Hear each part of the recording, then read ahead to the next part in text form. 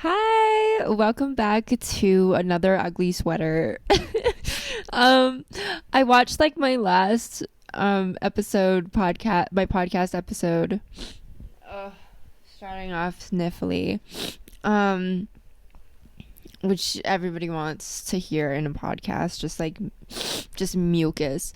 But I watched my last video of my podcast and I was like, my sweater is so big and it's 100% polyester, so it's definitely like scruffy and I look like the walrus in Tusk. So I will not be wearing that sweater ever again. Let's burn it. Today's episode is going to be about Julie and Julia. I don't know why. I just recently was like cooking and then I was like, I want to make a chicken spatchcock. What was it called when you like break out chicken's back? You break her back. Like spatchcock a chicken. Is that right? That doesn't sound appropriate. But yeah, and then I was like, oh my god, I want to watch the movie Julie and Julia.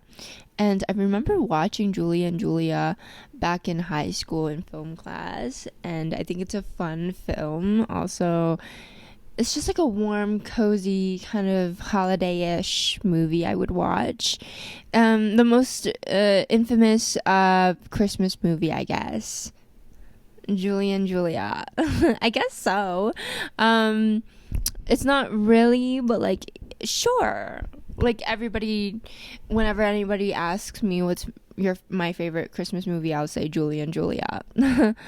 Definitely. So Julie and Julia, not to be confused with the Julia and Julia, a 1987 Italian film, or Julia, a 1977 film, is a 2009 American biographical comedy drama film written and directed by Nora Ephron, starring Meryl Streep and Amy Adams in the title roles, with Stanley Tucci, Chris Messina, and Linda Emmond in supporting roles. So there's like other films named Julia and well, there's one that's called Julia and Julia, and then another one just Julia. But Julie and Julia,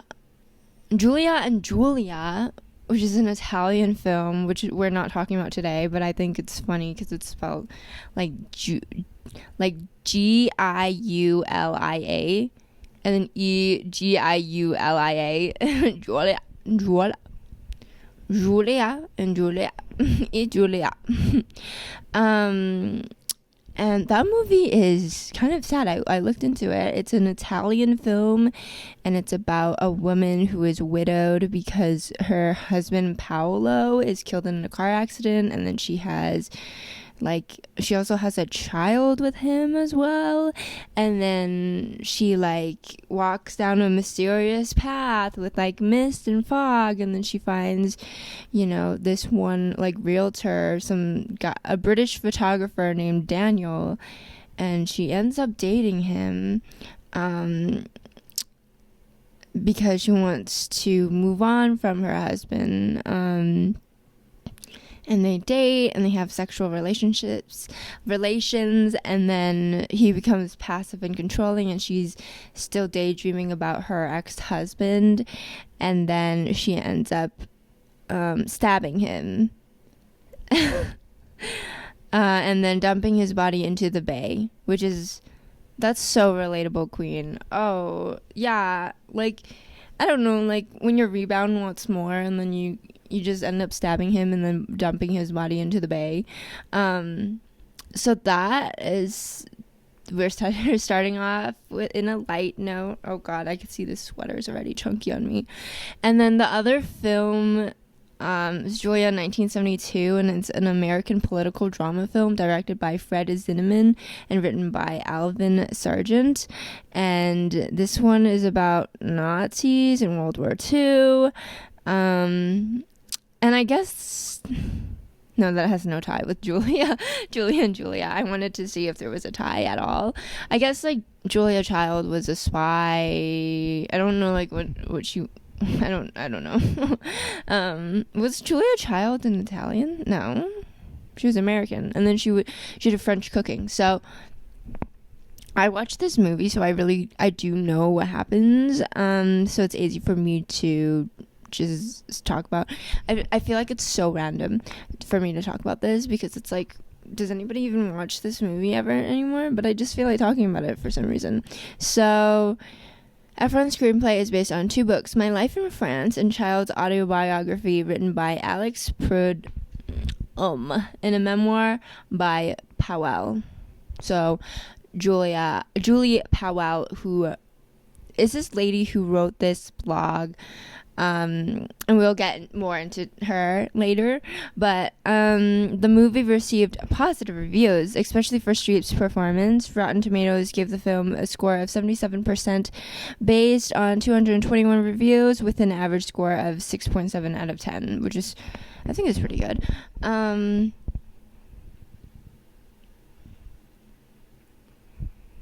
The thing is, so Julie Powell started... Oh, I did not write it. Oh, yeah. Julie Powell started this, like... Well, she written a memoir, but before that, she started a blog.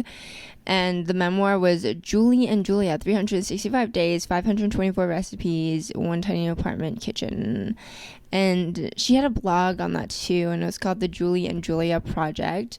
And then where she documented online her daily experiences cooking each of the 524 recipes in Child's 1961 cookbook, Mastering the Art of French Cooking. And the whole film is just her kind of, because she works at her day job is like a call center for the aftermath of 9/11 events and like victims and, you know, people processing the event. And so she wants to change her life, and she's doing a kind of a side hustle, kind of like me, and she starts a blog, and she just wants to get into cooking. She literally cooks 524 recipes, and there's bitches like you out there never cooking at all. It's so funny when people are like, I don't know how to cook, or like, you're lazy to cook, and it's like, bitch, just get in the kitchen. Like, what are you talking about? I can't cook, I have anxiety. I definitely get, like, it gets boring, but like, I feel like we're so privileged to the point where it's like, I don't want to cook. Like, girl, there's like people starving in the world. But anyways, this girl cooked 524 recipes. Oh my god, I can't believe I remembered that. I didn't even have to look at the screen. And then she like became a little famous about that, and then she wrote a memoir, obviously. But even when like the memoir and the blog came, I think the blog came out before. And so Julia Child was like a famous cook, obviously. It's all about her. It's Meryl Streep time. And she was also a spy or something, like, is insinuated. She was a spy for the American government or something like that. But she was not a fan of Julie Powell's project, finding her not very serious and a stunt, because Powell's used profanity and focused more on her personal struggles than food, despite Child's cookbooks being meticulously tested for home cooks. So yeah, I guess Julia Child had beef with Julie Powell. It's kind of sad, because Julie Powell was like, literally, she was like a fangirl, you know. She like looked up to, she was like, oh my god, Julia Child's such a hero. And then Julia Child just turned around and she was like, I don't like your blog, you're using a lot of profanity, you don't take my cooking serious enough, that's a word. Despite Child's cookbooks being meticulously tested for home cooks, Child's editor confirmed their disapproval, viewing Powell's approach as a lack of respect for the serious culinary work, though Powell remained an ardent admirer of Child. So you gotta give it up. You gotta give it up to Julie Powell. She still was a big fan of Julia Child, and so at the end of the movie, it's her, and she's at the like museum of like where Julia Child's kitchen was, and she puts it like a big block of butter. It's such a stupid thing. She like does a little air kiss, like mwah, mwah, and then she like puts a big block of butter on her like picture frame, and like that's gonna melt, like, girl, like what the fuck. Now I understand why Julia Child didn't like you. But yeah, I think, and the whole movie is about cooking, and like Julia Child kind of just trying to prove herself, because it, like, cooking was a man's sport back then, I guess. During, like, in culinary, I think cooking at home was always like, you know, stay at home, like, woman who stayed at home and had to cook and had to whatever. But in the culinary world, like, women were not cooks, so this was very renounding. Julia Child also had like a television show, I believe, like a cooking channel as well, so I think that was pretty cool. And so yeah, I think that's awesome. I don't know if there was much to say about this. Why did I choose this topic? I just wanted to talk about it. I thought it was cool. I had film class in high school, and I remember watching this, and I also watched The Devil Wears Prada, and seeing Meryl Streep and Stanley Tucci in there was awesome as well. It's like so fun to see Meryl Streep play like two different characters, like one a cutthroat bitch and then another one a cutthroat bitch in the kitchen. Awesome, amazing. This movie was directed by Nora Ephron, or was written by Nora Ephron, and I remember this like one interview of Nora Ephron being like, Meryl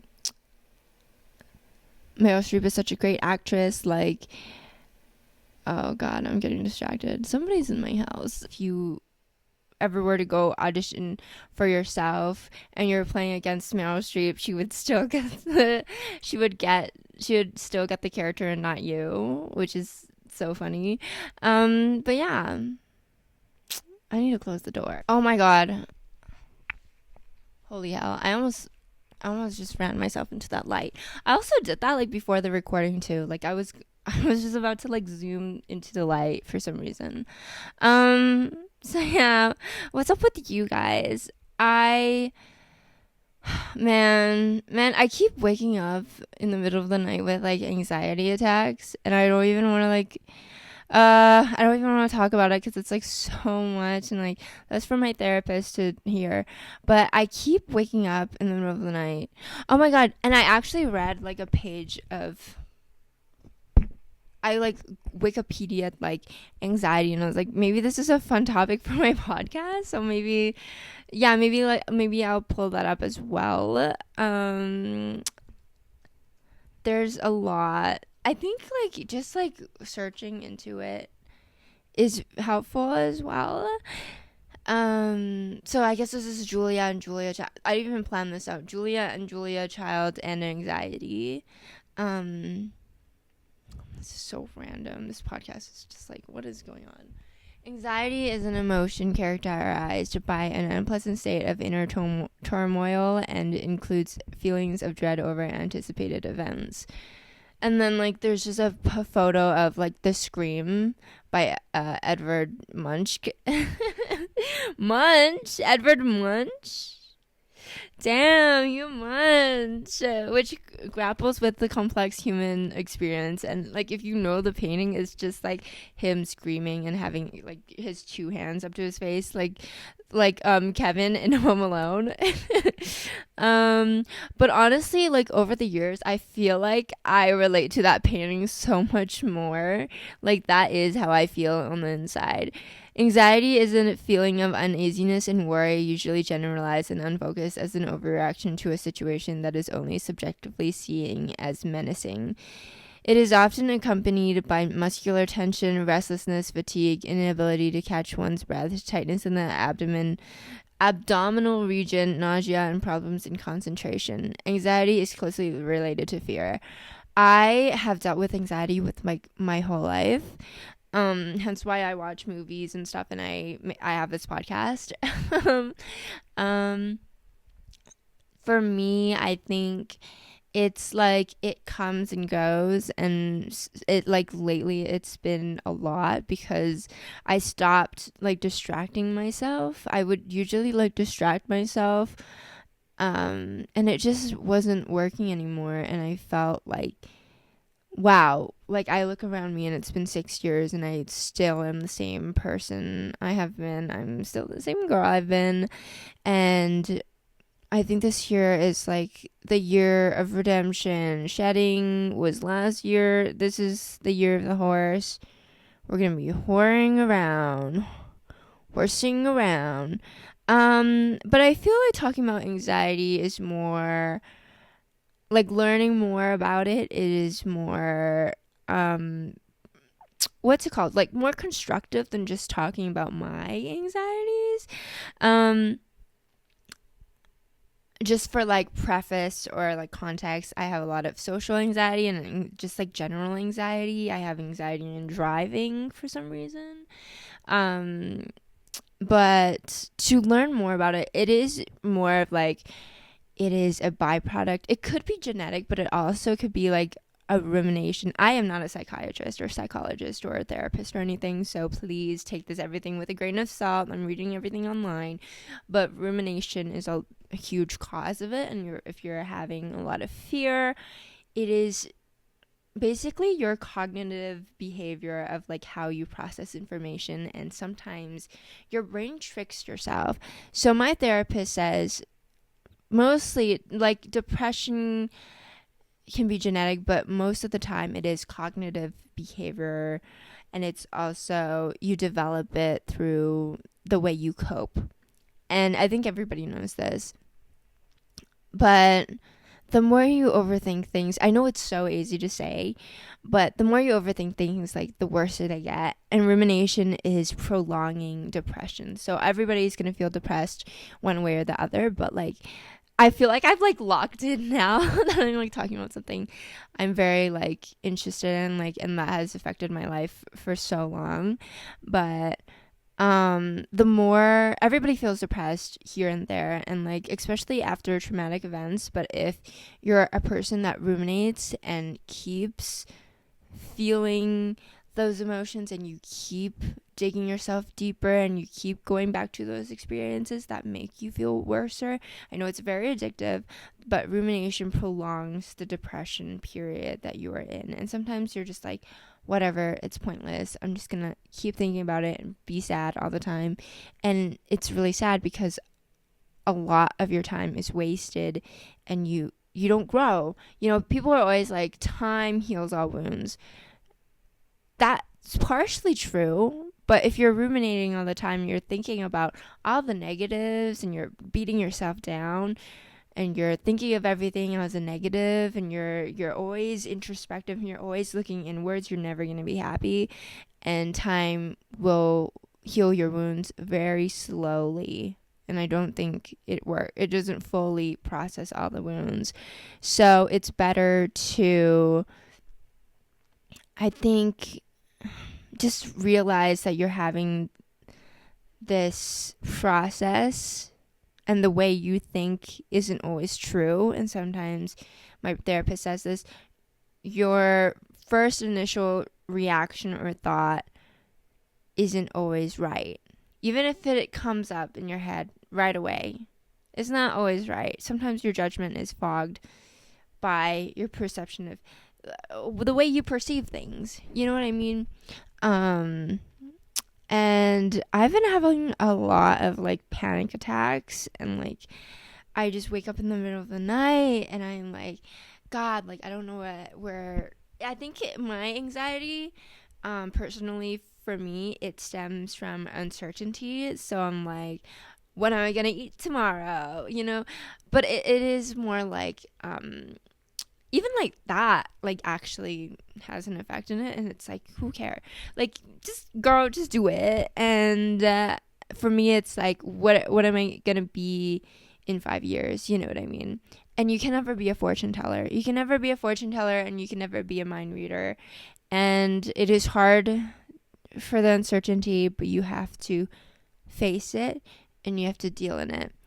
It's so interesting that I Wikipedia'd anxiety, and it gave me some type of like physiotherapy. Like it can come up as a fight or flight response, but it also is, what is it, somatic complaints, which is a physical manifestation of anxiety. So when you kind of bite your nails or you pick at your skin or something like that, that is anxiety, like a form of anxiety or a compulsive disorder, I think. And they study in sports psychology because a lot of the athletic performances are kind of related to the way you're coached. So, if you're looking at like a fixed goal, like winning a game, and a coach is just fixated on that and coaching you the way that they think, and it's like you must get to this point, you must succeed. If you don't, everything is pointless. You got to train harder, you got to push yourself harder, you're gonna burn out. There's so many things that it says, like, I think burnout, mental exhaustion, you get essentially bored. There's many factors that play into it, and then it causes of the stress and anxiety around you. And good coaches will be more encouraging, obviously encouraging, and more focused on just being more skillful. You don't have to be the best, just be more skillful, try your best, expand your horizons. I think so. I don't know. I just wanted to bring this up because God damn it, I woke up in the middle of the night for like 3 days in a row, and like yesterday at work, I literally had a breakdown in the washroom. I like ran to the washroom and I cried, and I felt for the first time that like I cried so much that I couldn't breathe. And like it's been so long since, like, I will cry and then I'll be like, okay, it's good. But I cried to the point where it was like midsummer, like and I feel like I couldn't breathe, which is crazy. And then I just went back out there and I continued cashiering.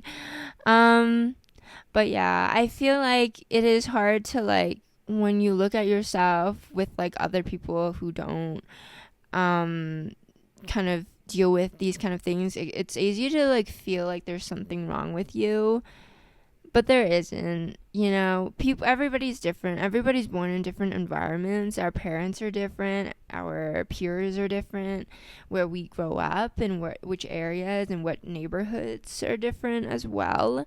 And I think it's not fair to blame yourself as well. So yeah, it just feels like you can really like alienate yourself if you're like, I'm so depressed, I don't want to talk to anybody, but everybody else seems fine. No, it's just like you were kind of raised a certain way, you know what I mean? And you could always there's nothing to fix. You're not broken, but there's things to work on, and it'll take slow, it'll be slow, but it is a process, and you'll get there, I think. And that makes me feel so much better, because I feel like in retrospect, like we're okay. We are okay. So yeah, I guess Julie Powell felt that way as well. She didn't know what she was gonna do. Oh my god, just like me, like just spanning for like reaching to like come to a conclusion for like me talking about Julie and Julia Child. Julie and Julia. Anyways, yeah, I don't really know what I'm talking about, if you can tell, but this podcast is fun for me right now. I know there's like 3 videos up. It's just fun, and I definitely want to stick with this. I hope I don't want to, give up on it. I don't know. Damn. Is anybody watching? That like bums me out that nobody's watching, but also it's also a free space. I feel like the more people who are paying attention to me, the more worried I get. Maybe that's the anxiety. Maybe I need to fix that as well. But right now it's like nobody is paying attention to me. And then I feel like, so this is meaningless because like I'm not contributing to any thing and nobody likes this, but that's not true. It's just like people just haven't seen it yet or have tried it yet or have gotten into it yet, and it's not personal. And I think I've grown a lot since the past couple of years for that, because I would have taken it so personal, but I know it's just everything is an algorithm or a numbers game or whatever, luck and timing and hard work, and it's being consistent. So yeah. Yeah. Damn. What else? I guess this is a life update now. What the fuck? What the fuck is going on about this podcast? I need to like find some structure. I'll brainstorm more. But recently, I'm gonna finish this at 30-minute mark because I said 20-minute for a podcast, but I feel like that's too short for me to ramble. I want to ramble. I want to rap. I want to ramp. I want to rant. I want to yap.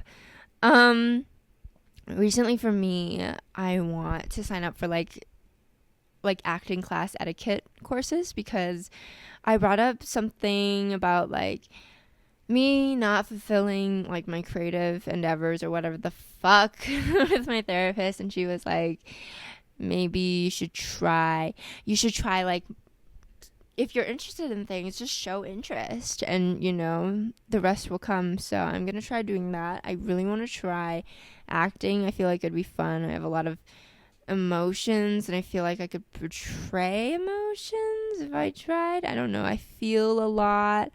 And I hate like hearing about like, I hate hearing about people's like goals and stuff, but like that is what life is. It's just goals, and us trying to reach those goals and make, you know, it's about self-improvement and whatever, but it's so serious. God damn it. Sometimes life isn't serious. You know, whatever you want to do it. If it gives you happiness and it brings you joy and it's not hurting anybody, like do it, I think. But it's not that serious. It's not that serious, but it is serious, where like you should respect yourself and your boundaries, but also not be a bitch and you should enjoy your life, and not be too hard on yourself or others. I am excited for this year. I want to take my own like headshots, because headshots are like $80 to $100, and I have studio lighting, so it's like, why not? I also have a camera, so I'll try doing that. I want to start writing because I'm interested in it. I want to start making music, maybe an album. The problem is like I listen to so many genres, and my friend was like, do you like what kind of like music would you even want to make, like what kind of genre? And I said, I don't know. That's the problem. I really like rock and electronic and stuff like that. I don't know. It's very difficult because a part of me is like, I want to be super rustic and experimental, and then another part of me is like, I love like girly music from the 2000s, like Michelle Branch. I was gonna say Molly Branch. Ooh, bitch. Ooh, who, owl, who. And I want to see Marty Supreme this year. I'm probably gonna see the movie in like a week or two. I want to go out more, socialize more, and I'm probably gonna get like this is not sponsored, but I want to get a class pass, because they don't even need the sponsorship. It's everywhere. I literally was like at work and I got an ad from them on my YouTube video, but not my YouTube video. I'm not getting sponsorships. I'm poor. But yeah, I want to start working out more, and yeah, I think it'd just be better for me. So yeah, saving up money. I guess that's what's happening lately, and I want to learn SEO, digital marketing, whatever the fuck. Just do things, I guess. Make a little bit of art, oil paint more. I think, yeah, just enjoy your life. I feel like it's so easy to like ruminate and like be so depressed when you're online.